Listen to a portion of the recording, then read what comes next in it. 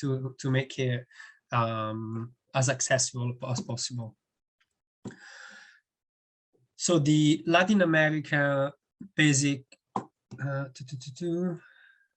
yes, so the Latin American Basic Income Network hosts a collective space so people can come and understand the recent developments of basic income in Latin America. I will ask Julio to please introduce himself, as he's going to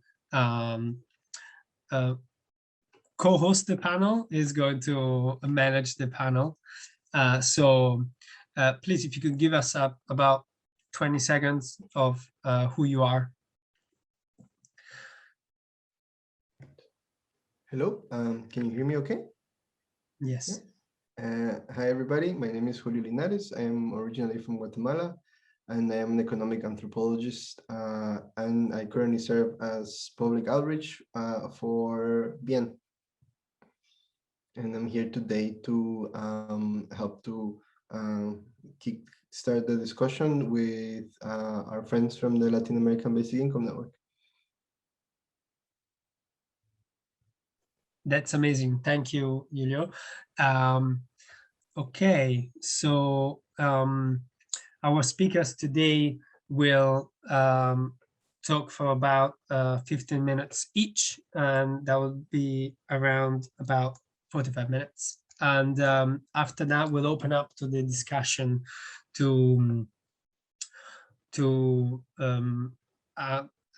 everyone, so we can have, so please write down your questions either in the chat in Huva or in the, or yeah, you can wait to and raise your hand, but it'll be just faster. We'll be able to process way more questions if you'd rather type it down, so it'll just be faster. But feel free to raise your hand and we'll give you the mic at the end.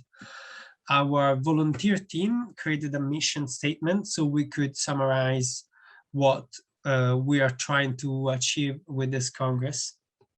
I want to share that with you now. We believe that freedom from poverty and human security should be a basic human right. We believe that basic income is the best method to transfer these rights into living reality. The time for basic income is here. So we're just here to talk about how to make that happen. We can only achieve this through cooperation and collaboration. So the mission with this Congress is to bring speakers and attendees from all over the world together to take basic income from the idea that it is into a reality that's going to be soon. I really hope you enjoyed this session. I will be here available for anything. Please feel free to chat with us. And I will pass the mic to Julio, who's going to present the speakers and panelists. So, yes, let's start. Thank you, Mauricio. Before I introduce the speakers, I would like to first introduce the Latin American Basic Income Network. We established the network sometime around March of 2020, right on the dawn of the pandemic, together with people from Chile, Argentina, Brazil, Mexico, Guatemala, and various other countries. And since then, we've been hosting about a monthly or bi-monthly panels on various topics that concern I believe not just the region, but the whole world. So as you may know, the struggles in Latin America, not just with the pandemic, but before, regarding socio-ecological questions, regarding feminism, regarding gender questions, also about indigenous autonomy of indigenous nations. These are all topics that intersected the basic income discussion within the Latin American network, because of course basic income is an intersectional issue. And throughout these panels, we able to come together from many different countries to discuss openly about proposals about how to make basic income a reality, whether it was funding basic income. So the different various means that different current nation states can use to make basic income a reality in countries like Chile, in countries like Uruguay, in countries like Mexico, in countries like Guatemala, El Salvador, and so on. Or also discuss topics about how does the current feminist movements in countries like Argentina think about basic income, and how do they embed basic income and gender together, which is something we will hear about today with Alejandra. Also questions about financing, about money, about fiscal capacity and taxation in sometimes nation states that have been had a long history of colonialism, such as Guatemala, where I'm from, and also proposals out of that, how to create new institutions, new social forms that can allow for the push that of the basic income brings about in terms of social rights, in terms of human rights, in terms of changing our relationship to the ecology. And yeah, and lastly, I think one of the things that has been very important in the Latin American basic income network is to think locally, but to, from where we are, from our territories, wherever we are, but also extrapolate that discussion to the rest of the world. So our proposals that we bring about today are just the discussions, the updates of what has been happening in different countries, are things that are important, I believe, also for the whole world. And I think we look to, for example, Maricá, the city in Brazil that is currently already issuing a basic income to thousands of citizens, to say that in Latin America, basic income is not just an idea, it's already a reality, that it's gonna grow even more, especially in countries like Mexico, in countries like Chile, that has had such a long, now historical struggle towards dignity in the last few years. So without further ado, I would like to introduce the first panelist for today. And before I do that, I would just like to tell you a bit about how we're gonna do this.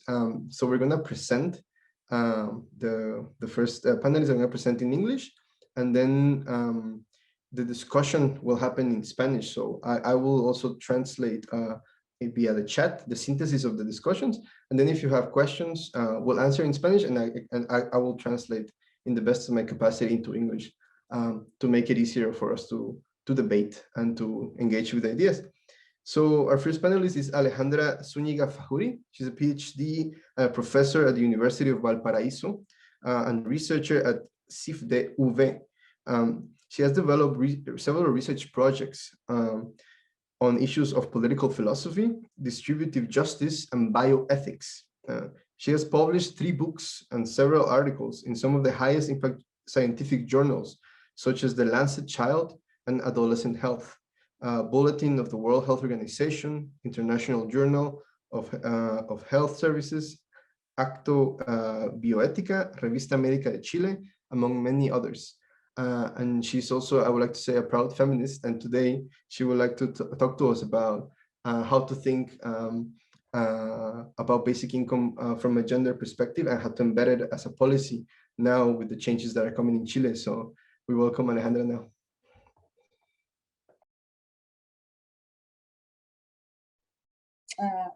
Thank you very much, Julio. Well, first I want to say hello to everybody who is here. I know some of them. Well, I just let me see. Can you hear me okay? Yes.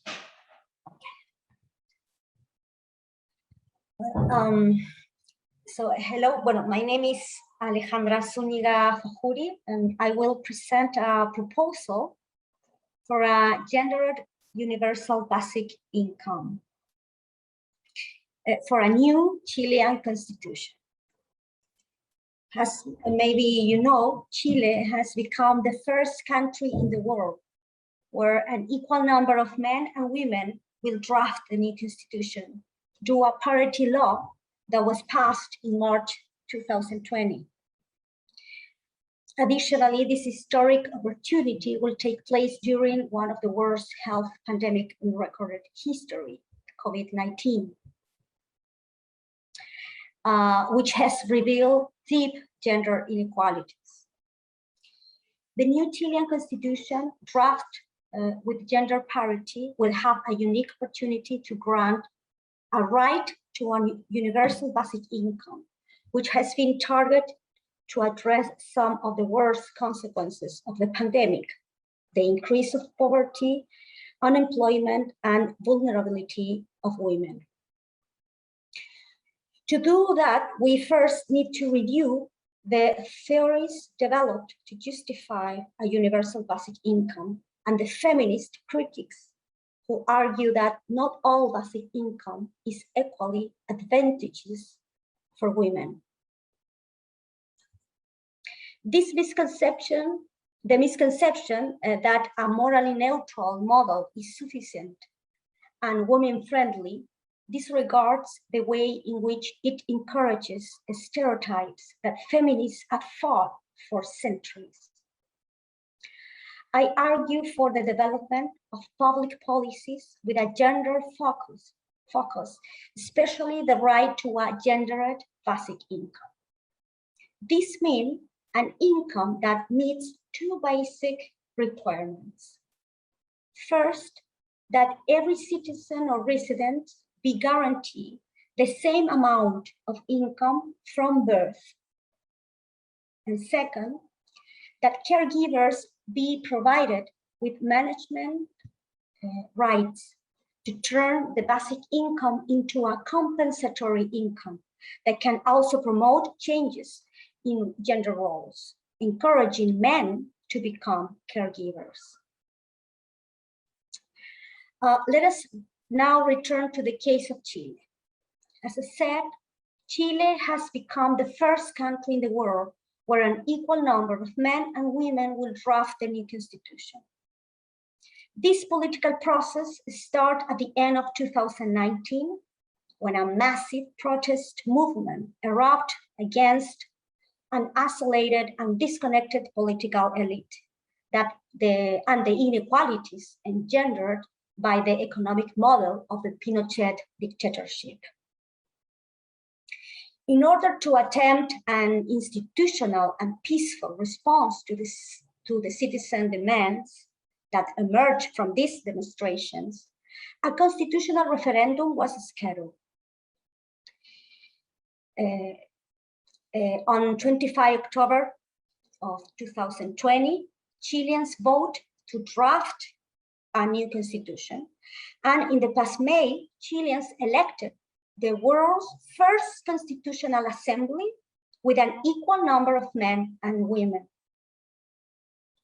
This is an historic game-changing moment because the Chilean constitution is setting a new gender equality standard. Moreover, this unique process is taking place during one of the worst health pandemics in history, which has revealed the deep inequalities that remain in our modern Western societies. Although while the pandemic has impacted global poverty generally, women have been disproportionately affected, especially women of reproductive age. So I think that the new Chilean constitution, drafted with gender parity, will have a unique opportunity to recognize and establish the right to a gendered universal basic income. Today, more than ever, it is essential to review the proposals that have been developed to justify basic income and why they have failed, in my opinion, to properly refute feminist criticisms. This is largely because they have been reluctant to acknowledge that not any basic income is a gendered basic income. As Ferber and Nelson have pointed out, the current basic income debate simply includes women as subjects without changing the tools of analysis. This is known as the just add woman and steer approach. And it has left the original model, the theoretical structure used to establish and model universal basic income characteristics, unchanged, frustrating feminist demands. A new constitution created with gender parity will be able to develop gender-sensitive public policies, like recognizing the right to a gendered universal basic income. But by this, like I said, I mean a basic income that meets two basic requirements. First, that every citizen be guaranteed the same amount of income from birth. And second, that caregivers be provided with management rights to turn the basic income into a compensatory income. Without these requirements, the proposal for a basic income may not generate the intended impact on women and will have less effect than current policies, such as targeted allowances that are already granted in several countries to those who meet certain requirements, such as caring for children, the elderly, and the sick. A universal basic income that, despite its good intentions, reinforce harmful gender stereotypes needs to be reconsidered. So the social demands that emerged during the outbreak in 2019 revealed a deep citizen dissatisfaction with current Chilean social protection mechanisms, a discontent that was deepened dramatically with the COVID-19 health crisis. These social demands promote the breaking down of barriers imposed by the 1980 Constitution, looking to transform Chile into a welfare state with universal, no target, and conditional social policies. Furthermore, these political and citizen pressures have resulted in almost all the actual presidential candidates, especially female candidates, including in their programs, a universal basic income or some other similar mechanisms aimed to increase the amount and coverage of social support measures, especially for women, by reducing access requirements and removing eligibility requirements. In addition, several members of the Constitutional Convention have raised the possibility of adding a novel human rights in the new constitution, the right to a universal basic income, meaning a periodic cash payment unconditionally delivered to all on an individual basis without means test or work requirements. Also, there have been proposals from feminist groups seeking to use the basic income as an instrument for the payment of unpaid care work, which, although it's crucial for an economy's performance, is still not measured or recognized. Ultimately, the two crises that have struck the country, political and health, in addition to the unique event generated by a constitutional convention with parity, seems to have paved the way to a profound reform of the state, the organization of labor, and the economy and care. The key to develop a universal basic income proposal with the potential to tackle androcentric biases concerning what work is and the social value of unpaid care work demands a correction of the traditional basic income model in order to make it sensitive to gender. To aim that, we need to ensure that universal basic income is from birth with the same monetary value for all. And second, we must guarantee the right to administration for caretakers. That is, that the universal basic income corresponding to dependents, individuals, should be freely administered by caregivers. In line with Robin's proposal, gendered basic income should stipulate that children's basic income will be an indirect economic reward for those who assume the daily responsibility of their care, improving as well the incentives so that fathers undertake those duties. For this reason, I think that we must fix an amount for children's basic income that covers not only the direct cost of their material needs, but also the opportunity cost of their care.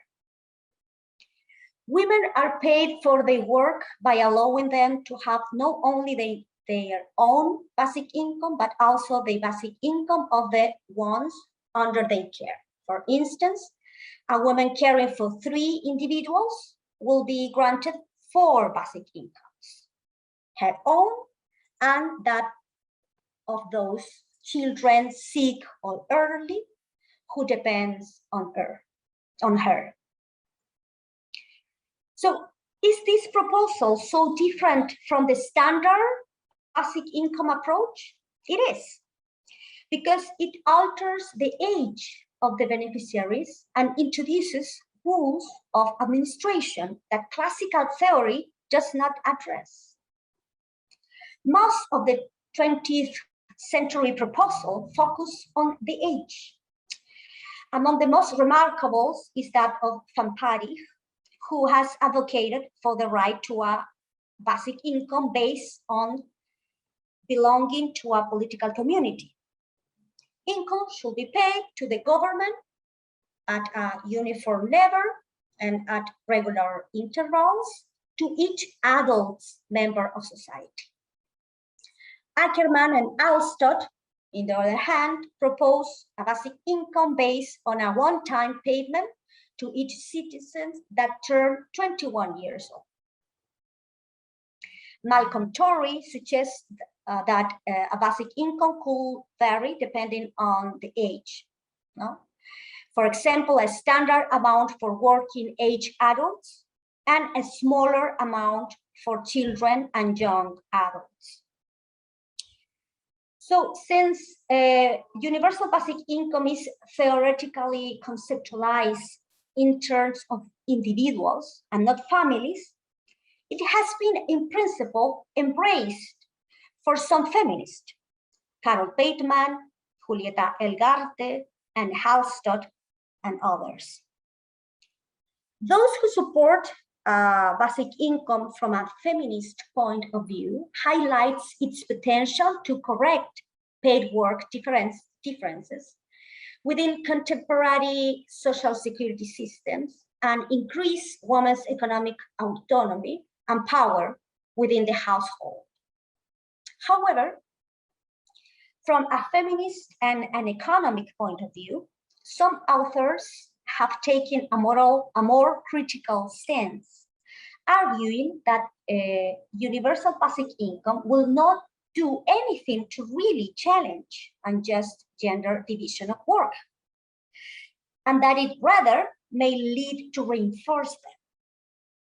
This is because women will no longer need to develop paid activities on the labor market.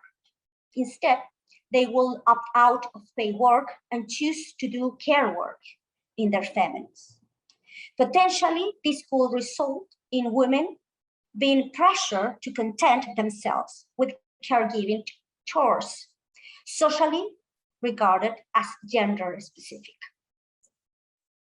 Ingrid Roveins predict, and several studies afterwards have confirmed, that basic income will decrease the female labor supply, dangerously frustrating the slow progress that feminism has achieved. Ailsa Mackay emphasizes that scholarships on basic income is still almost exclusively focused on its effect on labor market, showing its strong androcentric bias. Therefore, although the role of women has been increasingly adapted to what is usually identified as the public sphere, the truth is that their social participation is rarely limited to what they do within the labor market. As long as the particularities of being a woman within household spaces are not considered, the debate regarding the convenience and the moral and political relevance of basic income is still be biased. This is because traditional social security schemes have provided more to men than women, precisely due to the direct relationship between the service they provide and the labor market. If the cultural stereotypes regarding the true value of unpaid care work carried out by women are not challenged, and the diverse roles they fulfill as caregivers and workers are not properly recognized, protection systems will continue to disregard these factors, and public policies that produce unjust results will continue to be designed. For this reason, I agree with Mackay that the basic income theory exhibits an androcentric concern for paid work and the labor market, in detriment for the caregiving work carried out outside the labor market.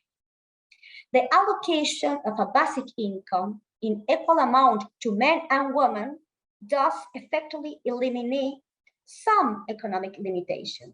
However, inferring from this that women will be better off than under other targeted social policies is a mistake. What kind of gender equality is promoted by those who defend universal basic income as a positive policy for feminists? Or, in the words of Nancy Fraser, what type of welfare state can be supported? A new gender order?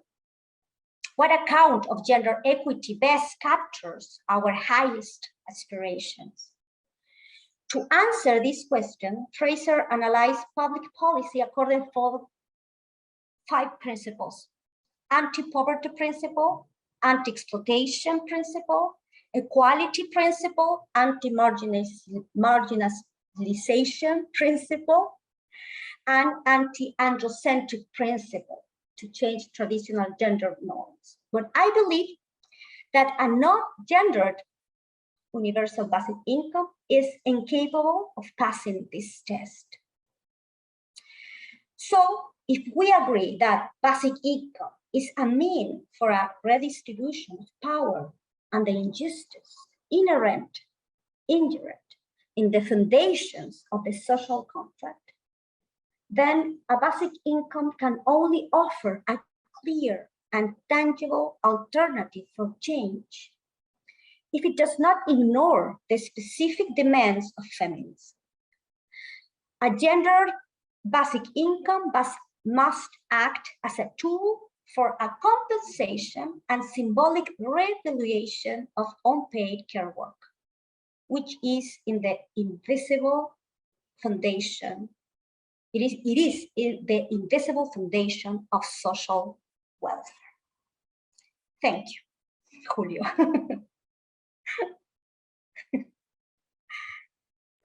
Well, thank you very much for that amazing presentation, Alejandra. We will have questions at the end. I'm sure many people have a lot of questions also for discussion. But next, we have our second speaker.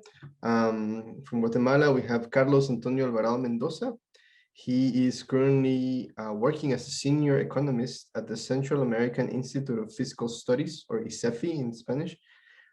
Prior to joining ICEFI, Carlos worked for 10 years as a research assistant at the Central Bank of Guatemala's macroeconomic modeling unit. Yeah, his research interests are macroeconomic policy assessment, quantitative macroeconomics, and social protection policy. Carlos holds a master's degree in applied macroeconomics granted by the Pontifical Catholic University of Chile. And he's going to be talking to us today about the main fiscal challenges with regards to basic income in Central America. Is UBI possible? Carlos. Okay, thank you, Julio. Hi, everyone. As Julio said, I am working as a senior economist at the Central American Institute for Fiscal Studies, ICEFI. ICEFI is an independent think tank based in Guatemala City, which prepares technical research and analysis on fiscal matters in Central America. In addition, we are part of the UBI Latin American network, and that is one of the reasons I am honored to be here with you. And I said that our participation as members of the UBI Latin American network is one of the reasons I am here, of course. But in addition, there are some other other reasons that motivated me to discuss some important issues. In particular, the main challenges that have been facing the Central American countries to raise the living standards for their people is one of them. And we truly believe that the implementation of a UBI in the region would be a cornerstone for enhancing a social protection system in every country in Central America. I want to make this presentation calling challenges because I prefer to see the context that we face in Central American region more as an opportunity to improve the situation of vulnerability faced by around half the population, rather than as a declaration of hopelessness in which nothing can be done. The countries of Central America face challenges on several fronts to control the pandemic. In particular, the spread of COVID-19 and its economic and social effects are exacerbated by the region's structural problems, primarily high levels of inequality, labor informality, lack of social protection, poverty, and vulnerability. The region is also characterized by weak and fragmented health and social protection systems, and growing marginalized urban settlements that lack access to basic services. In addition, it is affected by considerable migratory flows and population displacement, mainly to the United States of America, as well as conflicts of various kinds, and suffers disproportionately from the consequences of the climate crisis.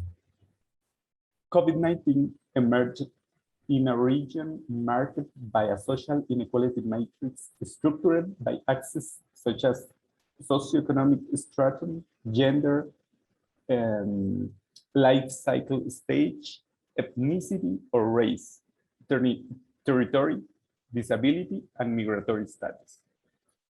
This gives rise to multiple, often simultaneous scenarios of exclusion and discrimination that led to greater vulnerability to the health, social, and economic effects of the disease. In terms of health, these inequalities are manifested in coverage, effective access, health service performance, and the basic health conditions of people and communities. The effects of the pandemic on the population's living conditions are compounded by the gradual increase in poverty and extreme poverty and the slowdown in the reduction of inequality in the 5 years prior to the coronavirus crisis. Despite the progress made in the reduction of poverty and inequality and the expansion of the middle income strata between 2002 and 2014, the region's economic and social progress was already showing clear signs of stagnation before the pandemic, and public discontent was growing. And now I'm going to give some data. Over the 5 years before the pandemic, for example, Central America have outperformed the rest of Latin America and the Caribbean countries, posting average economic growth of 4.4% between 2014 and 2018, compared to 0.7% in Latin America and the Caribbean and 3.6% globally. This robust showing is linked to the strength of the US economy, the region's main trading partner, investor, and source of remittances. In addition to this favorable outlook, for more than 10 years now, the Central American countries have been adopting a strategy of trade openness that has allowed them to boost exports and position themselves in international markets for local products such as coffee, bananas, sugar, and textiles. Financial integration has also been encouraged, so banks both inside and outside the region have enhanced their presence and received greater flows of external investment. Between 2014 and 2018, foreign direct investment accounted for around 4.6% of GDP, due mainly to reinvestment of profits and new investment. Available data shows that economic growth for Central America region in 2020 reached around -7.3%, and the main financial institutions are forecasting growth of 5.1% for the region in 2021, which will not be sufficient to regain the level of output recorded in 2019. In addition, the dynamics and persistence of growth from 2021 onwards are subject to uncertainty arising from the uneven progress in vaccination processes and the ability of the different countries to reverse the structural problems underlying the slow growth path they were on prior to the pandemic. In 2020, countries across the region announced unprecedented fiscal stimulus packages averaging around 5% of GDP. While this mitigated the adverse effects of the pandemic, structural gaps widened. Inequality, poverty, gender disparities, informality, limited fiscal space, low productivity, and fragmentation of social protection and health systems. The fiscal measures focused on strengthening public health systems, supporting families through cash transfers, and shoring up the production structure through liquidity measures, in addition to government loan guarantees amounting around 2.5% of GDP. In 2020, the region experienced a contraction in public revenues and a sharp increase in spending, mainly due to subsidies and transfers to cope with the crisis. The level of spending rose to 24.7% of GDP in 2020 from the previous year's 21.4%. A factor that has helped the expansion capacity of social spending in the last decade has been the 1 percentage point of GDP increase in interest payments of public debt. This has reduced space for priority expenditures such as health and education sector outlays.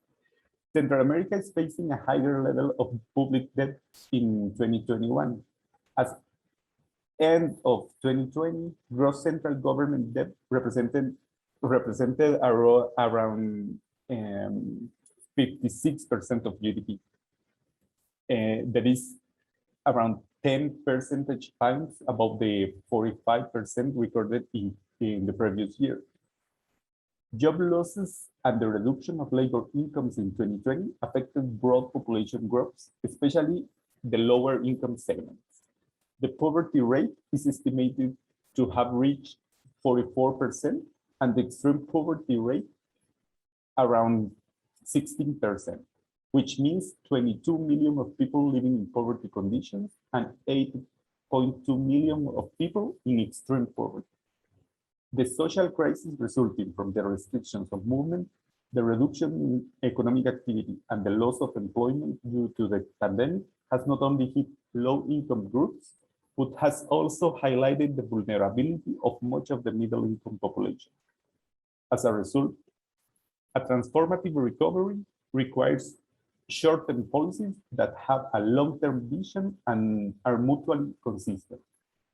The construction of a new style of development must begin now, starting from policy design. A recovery that includes progressive structural change and expansion of social protection and progress towards welfare states is the starting point for the following proposals. Despite deteriorating fiscal indicators, the persistence of the pandemic, compounded by the region's structurally weak growth, increases in poverty and inequality, and the sluggish recovery of the labor market require expansionary fiscal policies to be maintained to continue mitigating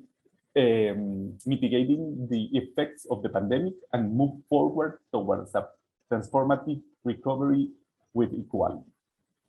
Fiscal policies must incorporate gender in the analysis of the distributional effects of income, as Alejandra was saying, expenditure and investment, as well as in the budget cycle. Sufficient resources need to be allocated for key services to change the inequitable social organization of care and ensure that budget reallocations and cuts do not reduce funding for policies that foster gender equality. In 2021, the key challenge for the monetary authorities will be to maintain the space to sustain expansionary policies through conventional and unconventional monetary instruments. But from 2022, it is important that government maintain the emergency transfers because the benefits of economic recovery alone will not be sufficient to address the health and social crisis, and doing so by implementing universal basic income gradually due to the fiscal challenges in collecting taxes and enhanced tax administration offices in the region. Recovery will be consolidated because short-term policies to overcome the effects of the pandemic need to be harmonized with a strategy for structural change based on a big push for economic, social, and environmental sustainability. And it also implies reviewing plans and strategies and strengthening capacities to build forward-looking scenarios, and more important, institutionalize them in public management. Thank you very much. Thank you very much, Carlos, for such an informative and data-rich presentation that is really important to understand in order to really create transformative change in a country like Guatemala. So last but not least, we have our third panelist. Flavio Gaitan is a professor at the University of Latin American Integration. I believe that's how you translated, the Federal University of Latin American Integration, and he's a member of REDAIC, which is the Basic Income Argentinian network. We have a video from Flavio because he is currently presenting in another session as we speak. So yes, if Mauricio could please help me share the video, that will be yes, great. Yes, 100%. I'm going to share my screen.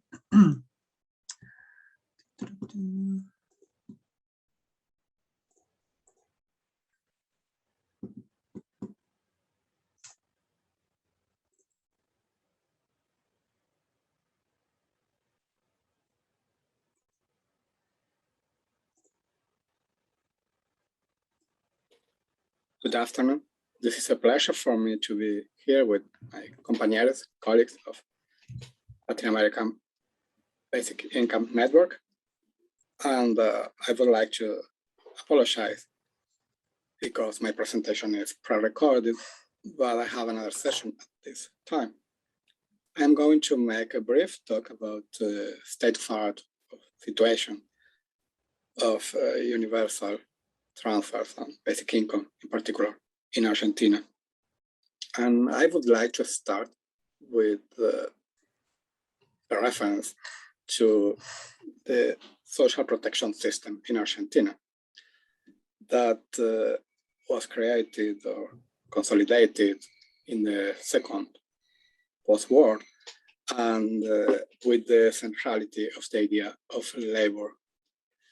Labor was the access to income, of course, but also to social protection. Since the 70s, and in particular since the 90s, there is a problem, there is a capacity to create labor. Nor the market, nor the state can create employment enough to fulfill the demand. And as a result, we have a structural problem with employment, high rates of unemployment, high rates of underemployment, and also high rates of informal employment. These are just some data to show that high unemployment, more than 10%, and 1/3 of the economic population has problems with unemployment, and the people living below poverty line are 42% of total population. I would like to do some reflections about the possibility of going to a system that instead of employment put the guarantee of income to everybody at the center. And I would like to do that related to this table here, which is a possible combination between conditionality or unconditionality, or targeting versus universalism, where universal basic income would be here, universal and unconditional, and other kind of programs, like for example, shop guarantee would be in the opposite box, universal but conditional.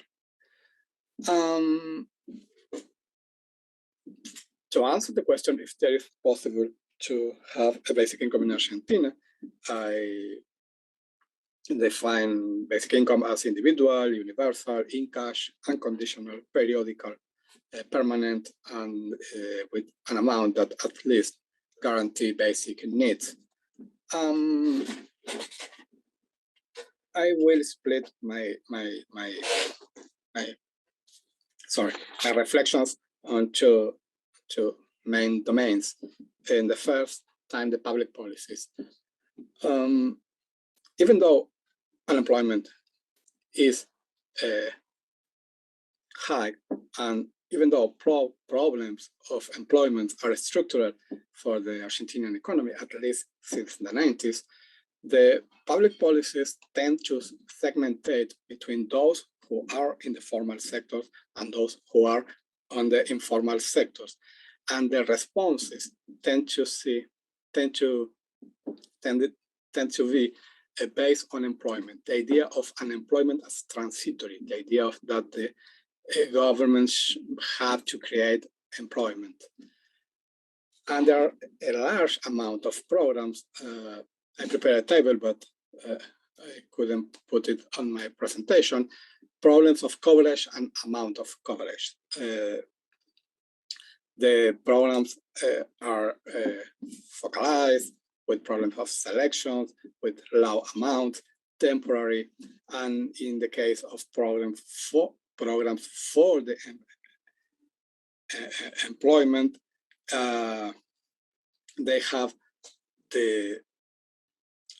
they lack the capacity to link with the market demands. So the main characteristic of the social protections is the segmentation between formal and informal.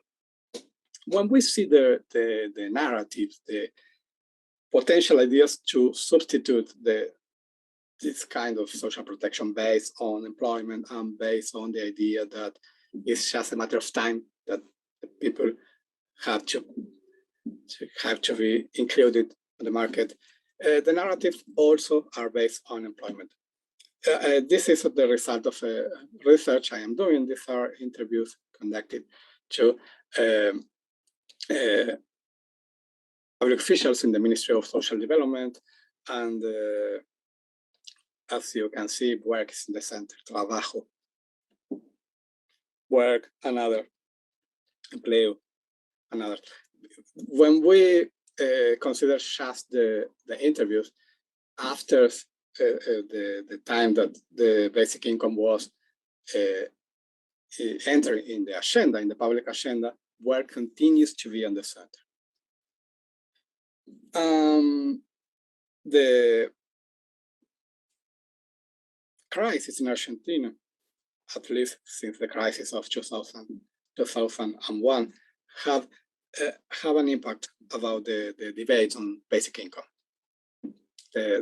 We can talk of waves of debates on basic income. The first was in the middle of the 90s with the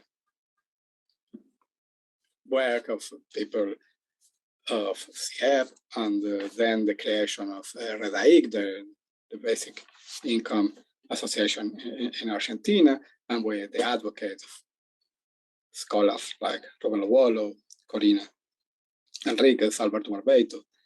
There is a second wave that we can identify in the crisis of 2008 and 2009, and there was a discussion about the need to replace the assistance program for other kind of programs, and we can talk of a third wave nowadays. At this moment, there are two bills, not about basic in the Chamber of Deputies, not about basic income, but about the need to rethink the type of work, which is related, and one bill about the idea of emergence basic income. But it's difficult to find strategic actors, elites, public officials, political leaders, trade unions leaders, social movement leaders, or even though religious leaders defending public basic income. Instead of that, what we defend is a job guarantee program, the idea of social salary, the idea of participation income, if we can see in that sense. Why is that? Because I think it's like in the tango. Argentina is like a tango. Is I dream with the past. I dream with the past. I miss the past. The idea of the past positive for people because work enable them the welfare. So the main challenge for REDAIC and other organizations in Argentina, other networks trying to install the debate about basic income is to fight against the nostalgia, the saudade, would say in Brazil, the idea that the past was good because of work, and to convince the people that the future could be much better, and with the adoption of the universal basic income, where everybody will have the freedom to choose the life he wants. Thank you.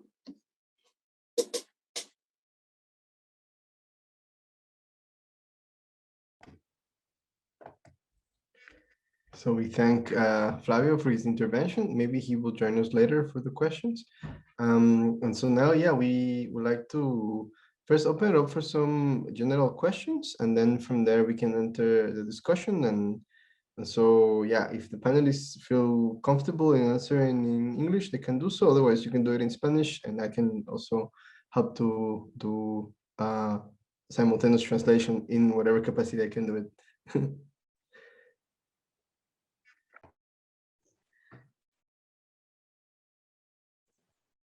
So, Julio, can you access the Q&A box in Huva, or would you like me to ask the questions? I can start with the first one, if that's okay.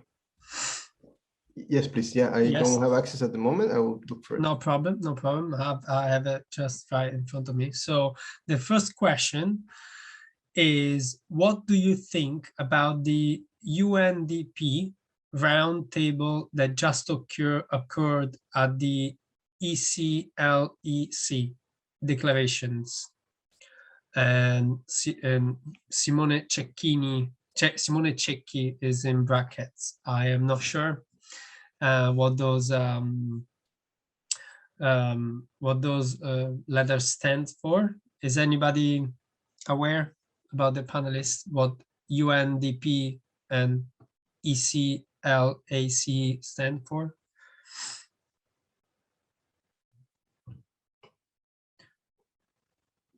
No? Well, we can move on to the next question then. Yes, because I don't have any knowledge about the last declaration of ECLAC. Sorry. That's okay. We will, no problem at all. We will find out. I'll ask quick clarification from the person that posted it. Next question is for Alejandra. How do you think we could reach out to feminist movements in Latin America with these points you are making?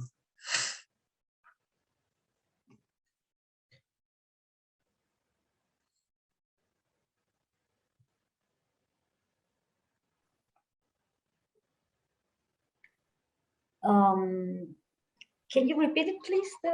Yes. The question? The question is, through the points you have made, how do you think we could reach out to the feminist movements in Latin America? O sea, ¿cómo llegarle a los movimientos feministas? ¿Cómo comunicar los puntos que hablaste?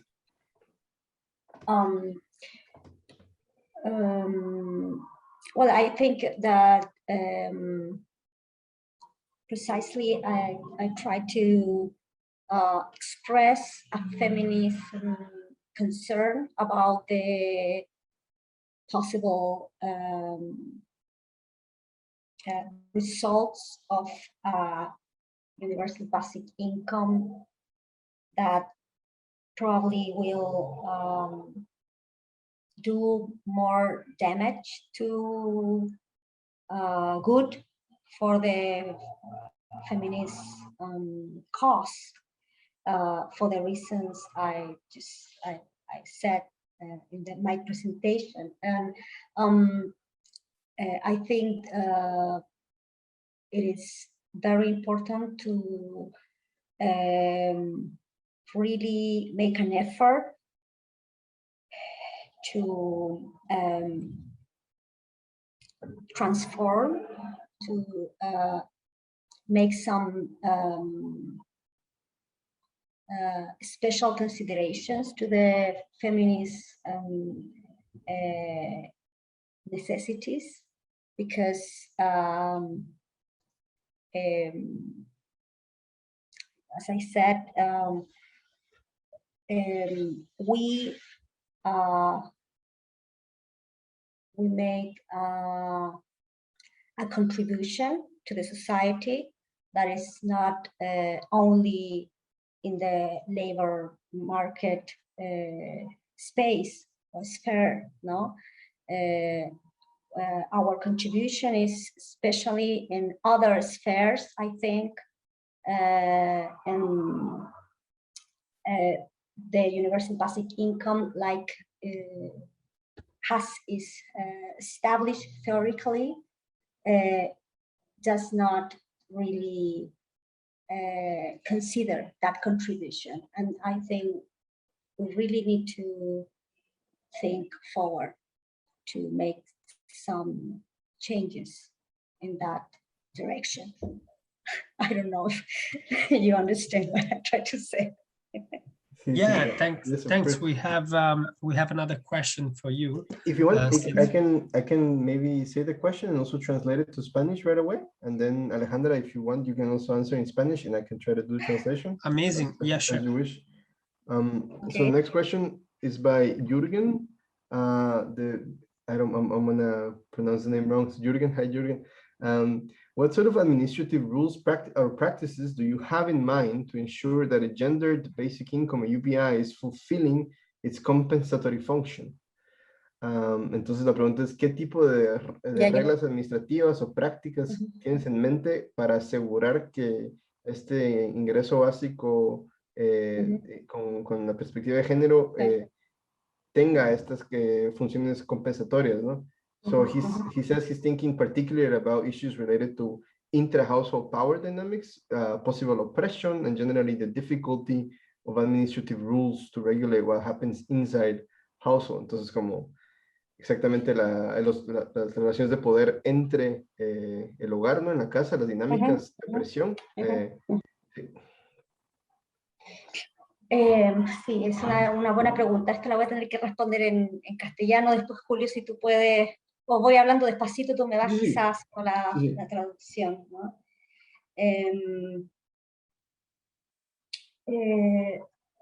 A ver, pienso que una forma de responder a esto, ¿no? Es,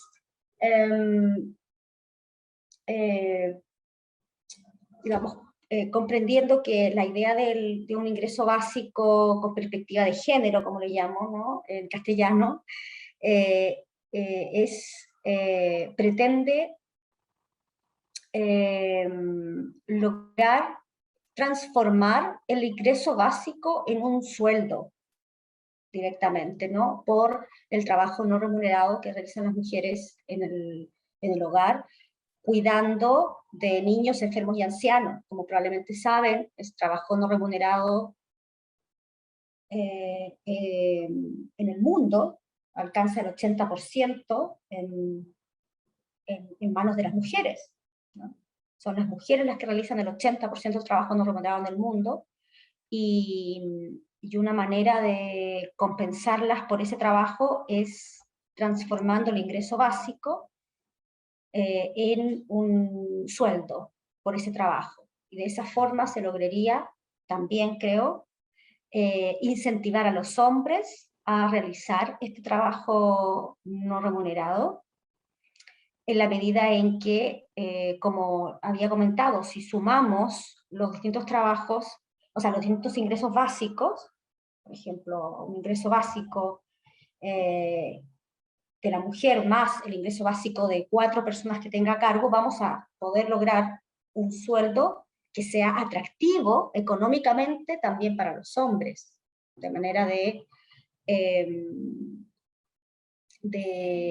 motivarlos a realizar este trabajo, y de manera también de permitir a la mujer elegir si realizar ese trabajo o pagar a alguien, por ejemplo, pagar un jardín infantil o algún tipo de asistencia intradomiciliaria en el caso de personas con discapacidad o personas enfermas, para ella, en cambio, salir al mercado laboral, ¿no? Y poder entonces tener esa posibilidad. Y para poder hacer eso es fundamental que la mujer reciba una compensación que reconozca el valor que tiene el trabajo no remunerado en el mundo, ¿no? Y para el funcionamiento de la sociedad.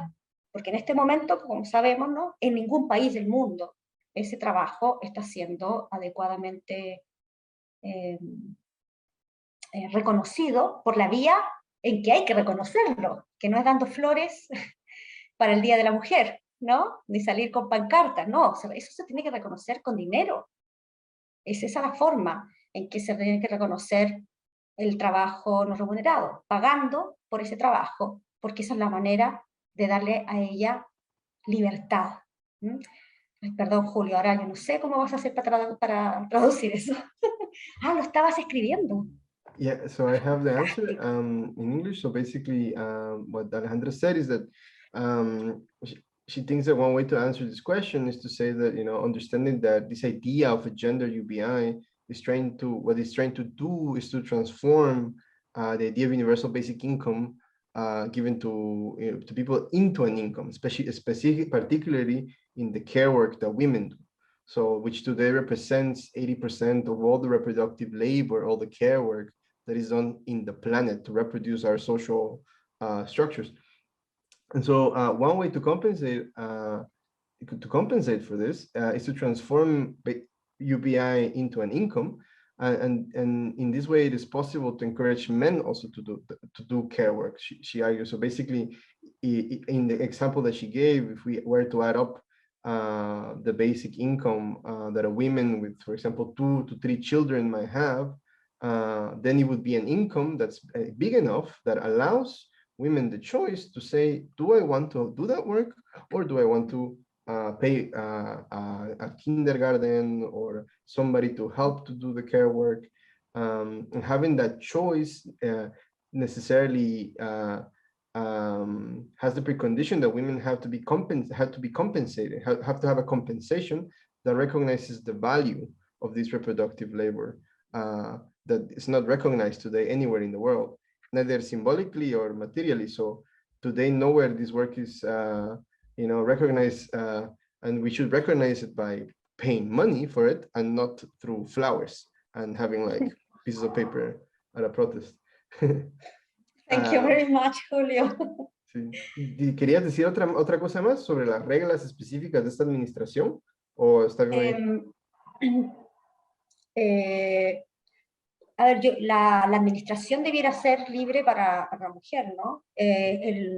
En la medida en que se trate de menores de edad o de personas discapacitadas o incapacitadas para administrar lo propio. Quizá a lo mejor lo que Younger está pensando es, que es una crítica que se me ha hecho, ¿no?, a esta idea, y que es válida, es, bueno, ¿qué pasa con los ancianos, por ejemplo? ¿Verdad? Que son también en la mayoría cuidados por mujeres. ¿Qué pasa con los ancianos que tienen derecho a su ingreso básico, que están capacitados para administrarlo, ¿no? ¿Por qué tendría que ser la mujer la que se los administra, ¿no? ¿Qué pasa entonces con los derechos de las personas que son ancianas, pero que tienen capacidad para administrar lo suyo? En ese caso, creo yo, claro, ahí habría que, obviamente, entregarles, por supuesto, a los ancianos la administración del ingreso básico, pero ojo, obligándoles a dar algo de ese ingreso básico a la mujer como pago por el trabajo que ella realiza. Si al final se trata simplemente de reconocer el hecho evidente de que eso es un trabajo, de que cuidar es un trabajo. Si eso se trata al final todo. Tan simple como reconocer que cuidar es un trabajo y que la sociedad tiene que pagar. Yeah.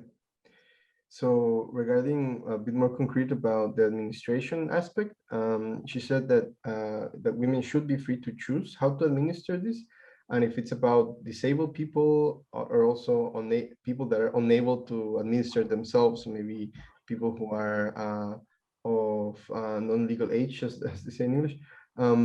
She says that one critique that she's received is what happens with the elderly who have maybe sometimes the power to administer it, but that oftentimes are taken care of by women. So what happens in this situation? Why would it be women who administer the basic income? And in this case, she argues that the elderly should have the power to administer their basic income, but they should pay women for recognition of the work that they do for them. So that's what it is about, that it's about recognizing that care work is work. Okay. Thank you. Can we pass the mic to Jürgen, who raised his hand before moving on to the next question? Yes.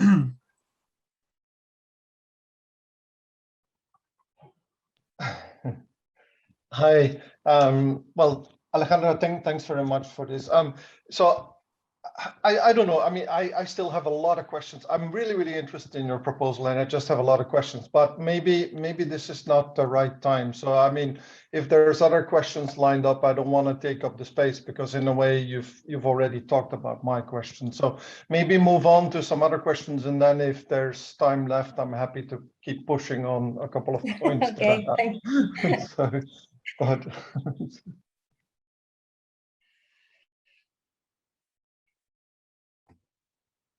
All right.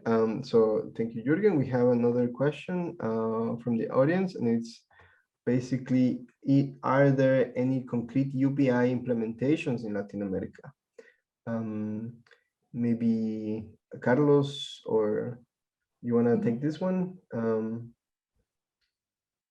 There are many. Again, please. Julio, can you repeat? Sí, la pregunta es, perdón, es si hay como implementaciones concretas de una renta básica en Latinoamérica. Okay. Well, in Latin America, there is some kind of, well, there have been a lot of programs that have been implemented as a cash transfer programs that looks like if they were a universal basic income program, but they are not completely a UBI program as in a pure theoretical Yes. point of view, because they are not universal as a whole. For example, and in addition, what has been implemented are pilots or pilot programs of UBI, and they have been applied in specific areas, geographical areas, and not in all the countries in Latin American region. I know that, for example, one of our colleagues in Mexico has always given us an example of a UBI program is one Mexican program that was developed for the elder life, and it was implemented for it was a cash transfer for people for people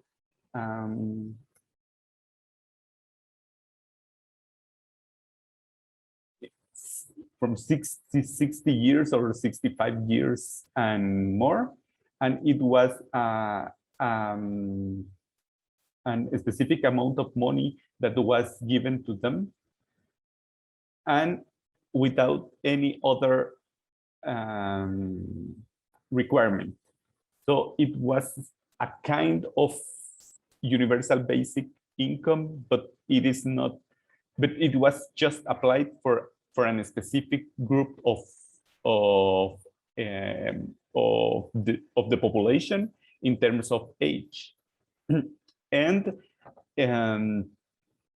in addition, in Maricá, that is a region in Brazil, there is a program that is currently developed in that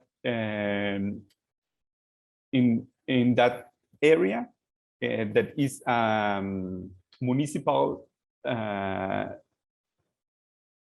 a municipal section of the city that has implemented that program, and they have had some positive results from the implementation. And I know that there is some other municipalities around this same area that are considering implementing the same program, because they have realized that this program in particular have had some positive results in terms not only of employment or raising the living conditions of people, but also in mental health improvements for the people that receive the money. Thank you very much, Carlos. There's also, I believe, maybe I'm wrong in this. Unfortunately, Thiago couldn't be here, but I think in the Constitution of Brazil, it is also written there, as it will be written in the one in Chile, that people have the right to a basic income. I don't know how it's written technically, but there's also the la pensión para adultos mayores, so like the pension for the elderly in Mexico City, which is already there. I believe it's, correct me if I'm wrong, but I think it's like, is it 1 million people that receive it at the moment? Or maybe I'm like taking away 10, maybe it's way more people. Maybe it's 10 million, I don't remember at the moment, but it is unconditional. And it would be a mistake not to mention it, because our friend Pablo Yanes is always talking about this. So yeah, we have, I believe that was the last question. So maybe we can go back to your more in-depth questions, Jürgen, about Alejandra's proposal, if you want, unless there are other questions that people would like to ask. I see also some other people join now. Yeah. Okay. Right. So if there's no other questions, so I'm going to. I'm really intrigued by Alejandra's proposal. So because I mean, you know, in the basic income debate around the gender question, there's always been there's always this sort of big angle around, okay, we need to appreciate care, we need to appreciate the fact that women are doing the bulk of the care, and somehow basic income is doing this, is meant to do this.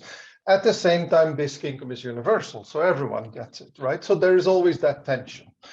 So I'm still trying to get my head around how it is that your proposal specifically is meant to compensate it, because either it's a salary that's really for care activities, in which case it can't really be universal, or else it's universal, but for example, say the children basic income goes by default to the women and so on and so forth. But then you still have a problem, you know, what about households? Like, I mean, I have a partner, we don't have children, we share the household work, but you know, I mean, maybe I do it all, maybe she does it all, maybe we share it. I mean, how do we figure this out? And how do we then figure that out at the level of practical administration, which doesn't involve the state getting really very bureaucratic? Because that's another point of basic income. This is all, you know, supposed to be really easy and low bureaucracy. So I don't see how all these things fit together practically.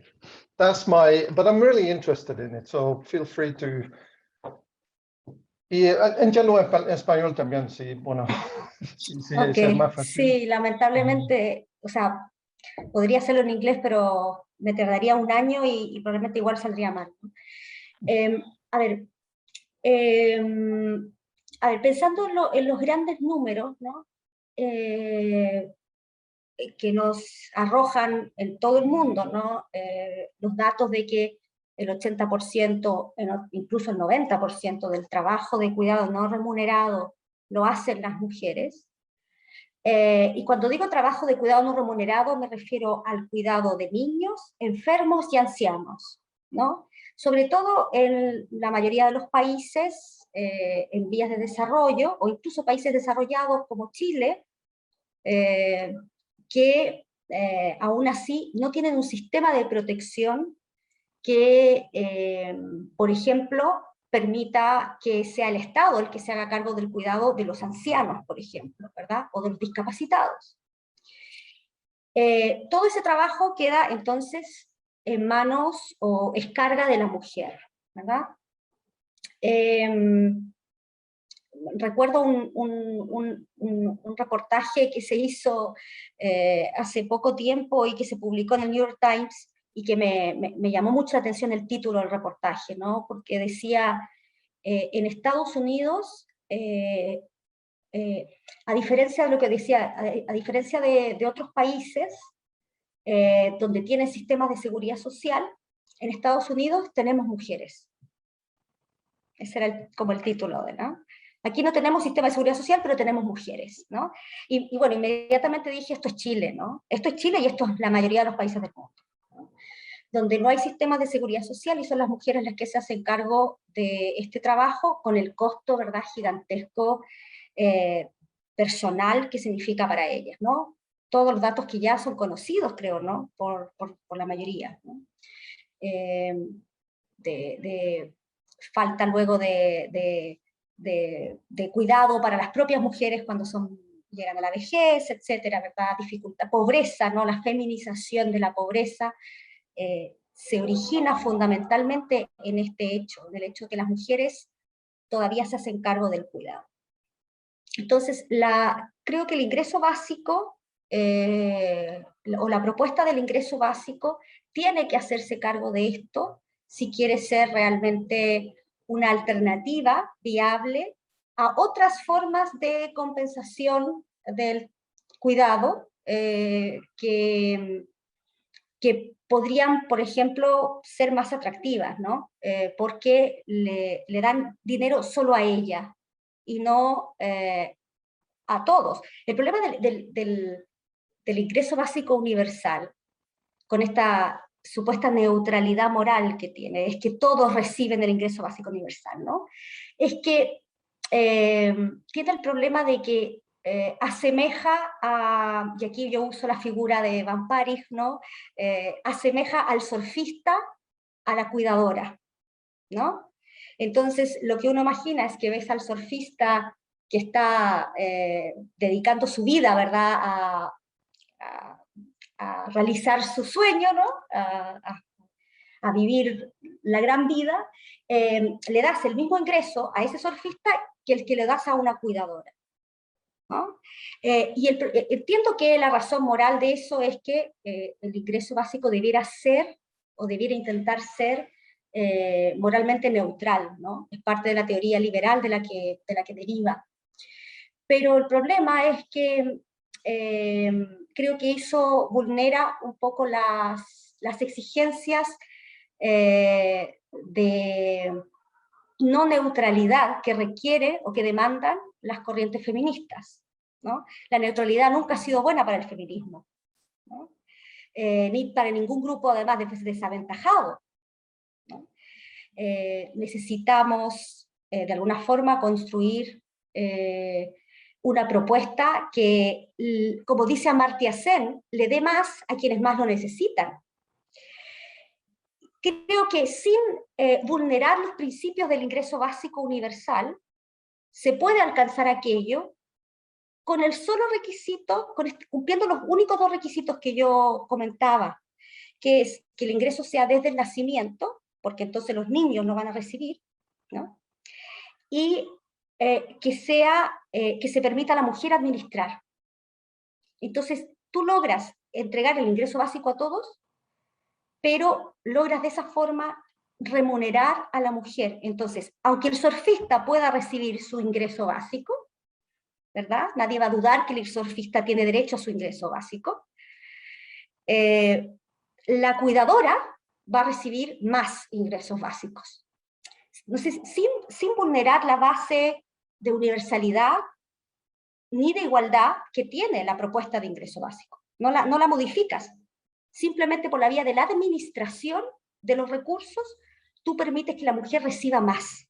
Entonces cumples con un poco considerar las necesidades de justicia de las mujeres por su trabajo de cuidado de niños, enfermos y ancianos, y a su turno, obviamente, permites mantener la propuesta de ingreso básico tal como está, ¿no? Que sea universal. Yo no estoy diciendo, por tanto, que no haya que entregarle recursos a los surfistas o a los perezosos, a los freeriders, como dicen, ¿no? Pero los freeriders tienen derecho a su ingreso básico.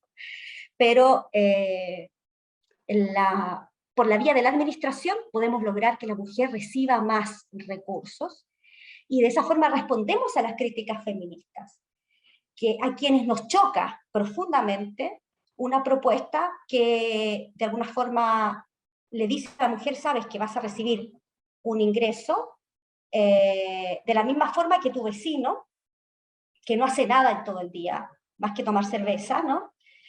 Porque eso implica una consideración social, ¿no? Un reconocimiento social al trabajo que las mujeres realizan, reconocimiento que hoy no se les da a las mujeres en ningún país del mundo, en ningún país del mundo. Hay un reconocimiento real por el trabajo que realiza la mujer. Y creo que el ingreso básico tiene que ir en una dirección de cambiar ese foco, ¿no?, de atención respecto de cuáles son las políticas sociales que realmente pueden hacer cambios importantes en esa línea. No sé si, Jennifer, te logres explicar algo, ¿no? Maybe I would try to Okay. translate really quickly, just for the others, because I think Jürgen, you speak Spanish, so alles gut. But very quickly, I try to summarize it. So you mentioned that thinking about the many and the sort of the numbers of how the 80 and 90% of all of the care work on non-remunerated work, understood as caring for the elderly, children, disabled people, is done by people today defined as women. The work becomes, this work becomes a lot of women. And, you mentioned this article in the New York Times that you read that said the title, something like, in the US, we don't have welfare states, we have women. And you thought, oh, this is Chile, this is the rest of the world. And you were saying how basic income proposals have to address this. And the issue with current basic income proposals is their supposedly moral neutrality, so that it equates the surfer with the care worker, and the problem with this is that it negates the non-neutrality that a lot of feminist struggles demand, which is that you need to you need to build a proposal that gives more to those who need the most, in the words of Amartya Sen, without vulnerabilizing the principles of UBI. So that's why you say that for you, the principles that are important is that it has to be from birth, so children get it, and then the women who take care of the children will get it and are able to administer it. So that's the second principle. And in that sense, the surfer also gets it, which is okay, of course, but the caregiver receives more basic income in that perspective. And that leads me to a question, which is about in English we say the reification, la reificación de la mujer, ¿no? Sí. Porque a veces, I'll say it in English first and then in Spanish maybe, because the reification that is done sometimes through administration, through bureaucracies, can turn people into identities. So in this case, women. Yes. And I think Jürgen's question was also talking about this, like who decides this, who decides, who cares for what, and so on, and where does the state, at which level the state comes, ¿no? Entonces, ya, o sea, ¿lo digo en español también? ¿O? Sí, no, sí te entiendo. Como que sí. Yeah. Sí, tienes, claro, ese es un problema, a ver, va a ser un desafío, no voy a decir es un problema, es un desafío. Que evidentemente se tiene que intentar enfrentar de la forma más adecuada posible, ¿no? Pero creo que ese mero desafío de simplemente reconocer que una mujer se hace cargo de su padre, se hace cargo de su padre enfermo, o de su hijo enfermo, o de su hermana discapacitada, ¿no? Reconocer aquello no creo que sea algo tan difícil para hacer, porque de hecho la mayoría de los estados lo hacen, ¿no? Es decir, cuando se construyen estas cifras donde dicen que, donde se se reconoce que el trabajo de cuidado de enfermos, ancianos y niños lo realizan mujeres, es porque esos datos ya existen, se sabe quiénes son los que cuidan, y luego simplemente hay que reconocer y pagar por ese cuidado a quien realiza ese cuidado. Y ese cuidado, ojo, tendrá que pagarlo el Estado, o tendrá que pagarlo el Estado por la vía del ingreso básico, ¿verdad?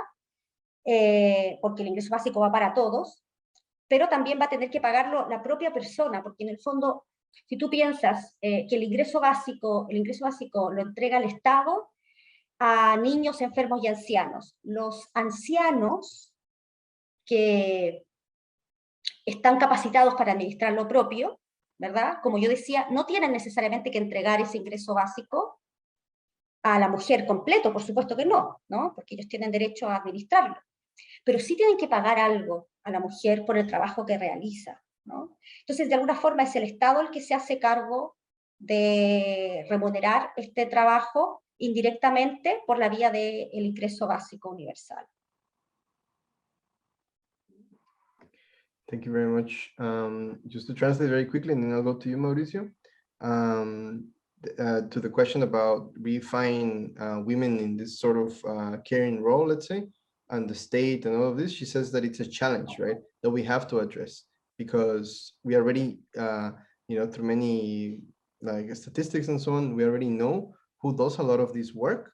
And so when the basic income comes into being, it's also a question that, the state pays for it, but it's also the people that pay for it, which is an interesting question, because for my own work and research, it's a question of who actually is the person who is actually issuing the basic income. Is it the state or is it the people? But maybe that's beyond the topic here. Mauricio, I think we're late, probably. We are late. Sorry, yes, no, I'm very interested myself. I just wrote my dissertation on universal basic income, so I'm not here by mistake.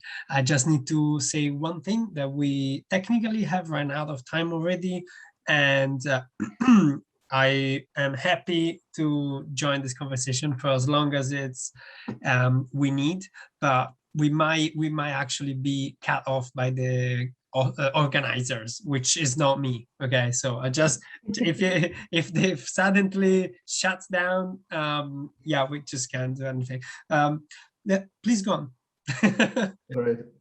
So now it's Okay. kind of the informal session. We're pretending, now it's the drink time when we can like talk more informally, I guess.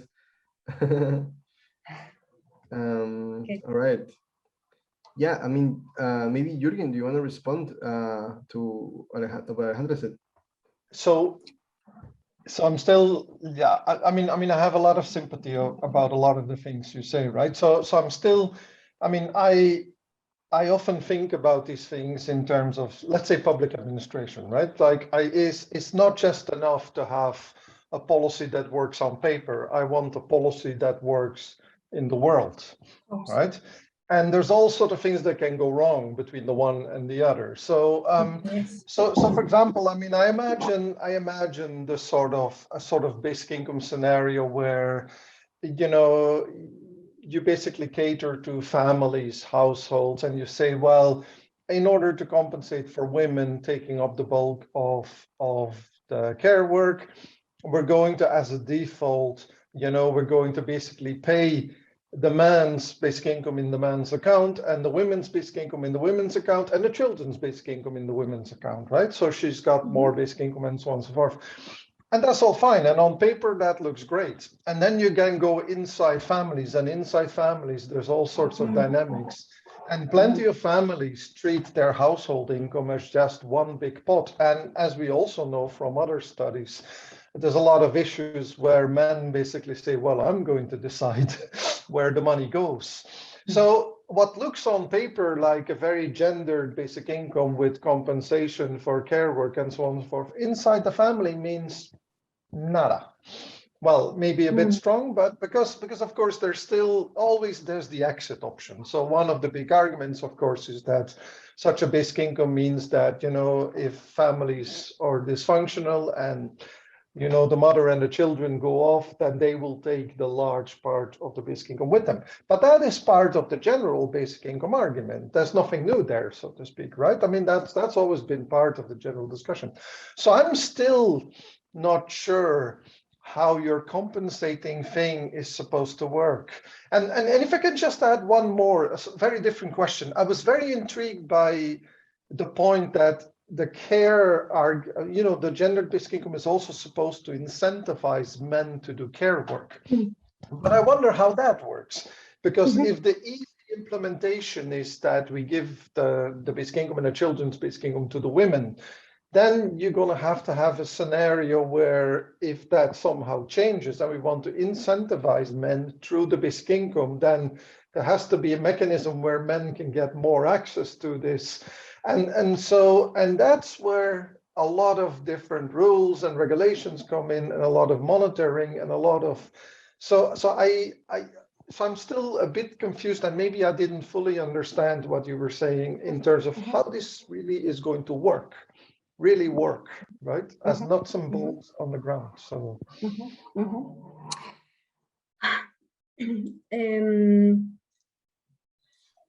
A ver, sobre lo último, si la mujer, ¿cómo lo veo yo? ¿Cómo lograr subvertir los roles de género, ¿no? Cambiar los roles de género por la vía de pagar por este ingreso básico a quien realice el cuidado? En el caso que yo ponía, en el ejemplo que yo ponía, una mujer que tiene que hacerse cargo, tiene 3 hijos, por ejemplo, y un padre enfermo, ¿no? Se hace cargo entonces de 5 ingresos básicos, ¿verdad? Dependiendo de cuántos recursos son, eso probablemente puede ser más de un sueldo mínimo, ¿no? Imaginemos que la mujer tiene una carrera, el hombre, a lo mejor su pareja, no tiene una carrera, y gana menos del sueldo mínimo o el sueldo mínimo en el trabajo. Es posible, me parece muy razonable de hecho, que se haga se llegue a un acuerdo en la familia, dentro de la familia, de que lo razonable, ¿no?, es que sea ella la que salga a trabajar, ¿no?, porque va a recibir más ingresos, y él se quede cuidando, porque va a recibir recursos, no es que no reciba recursos, sino que va a recibir los recursos del ingreso básico, pero va a recibir obviamente menos que lo que recibe ella. Entonces ella sale a trabajar, porque ella tiene una carrera y va a ganar más dinero, y él se queda, pero no se queda sin hacer nada, se queda cuidando, un cuidado que por el hecho en que tú lo pagas, ahora tiene un reconocimiento social. Porque yo creo que una de las razones por las que los hombres tampoco quieren realizar el trabajo de cuidado es porque no tiene reconocimiento social.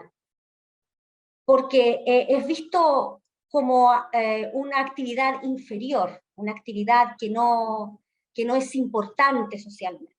Pero cuando tú pagas por ese trabajo, el trabajo se reconfigura como un trabajo relevante, como un trabajo importante, que tiene reconocimiento social, y entonces para el hombre no va a ser indigno, por decirlo de alguna manera, no va a ser vergonzoso quedarse en la casa cuidando, porque va a recibir de hecho más recursos que los que recibía en un trabajo mal pagado afuera, ¿no?, mal remunerado y a lo mejor en malas condiciones, como sabemos que son muchos trabajos.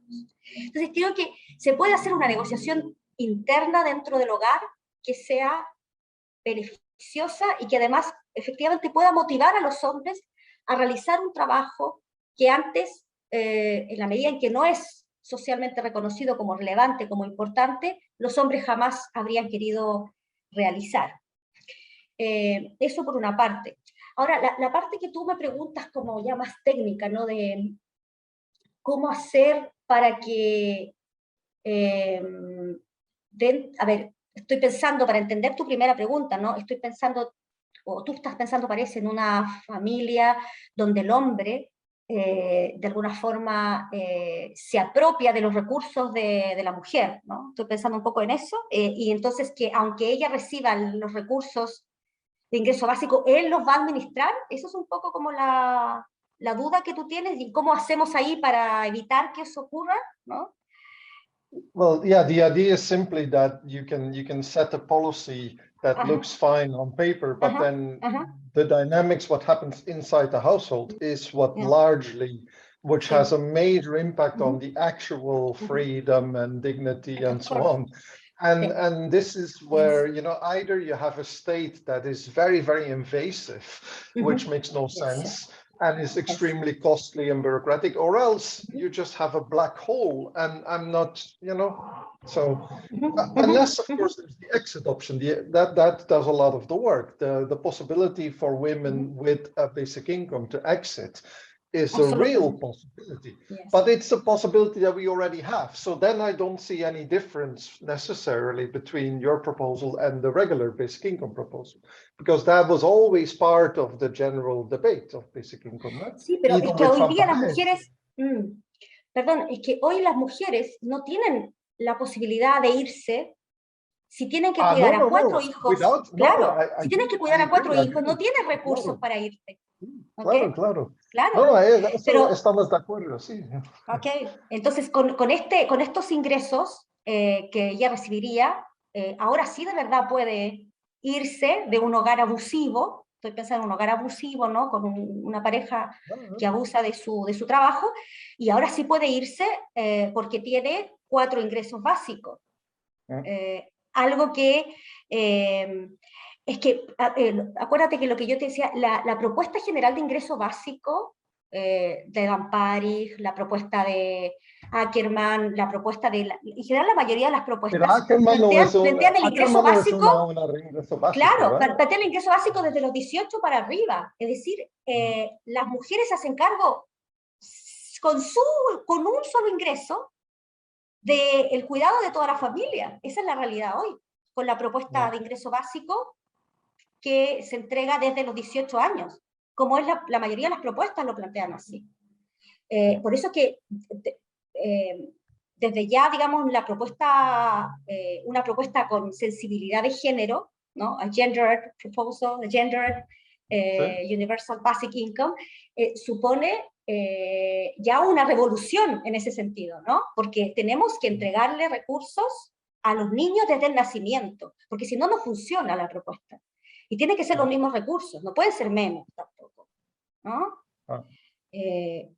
Por eso que es una propuesta distinta a la que plantean hoy día la mayoría de los que defienden el ingreso básico, que es desde los 18 años, desde la mayoría de edad.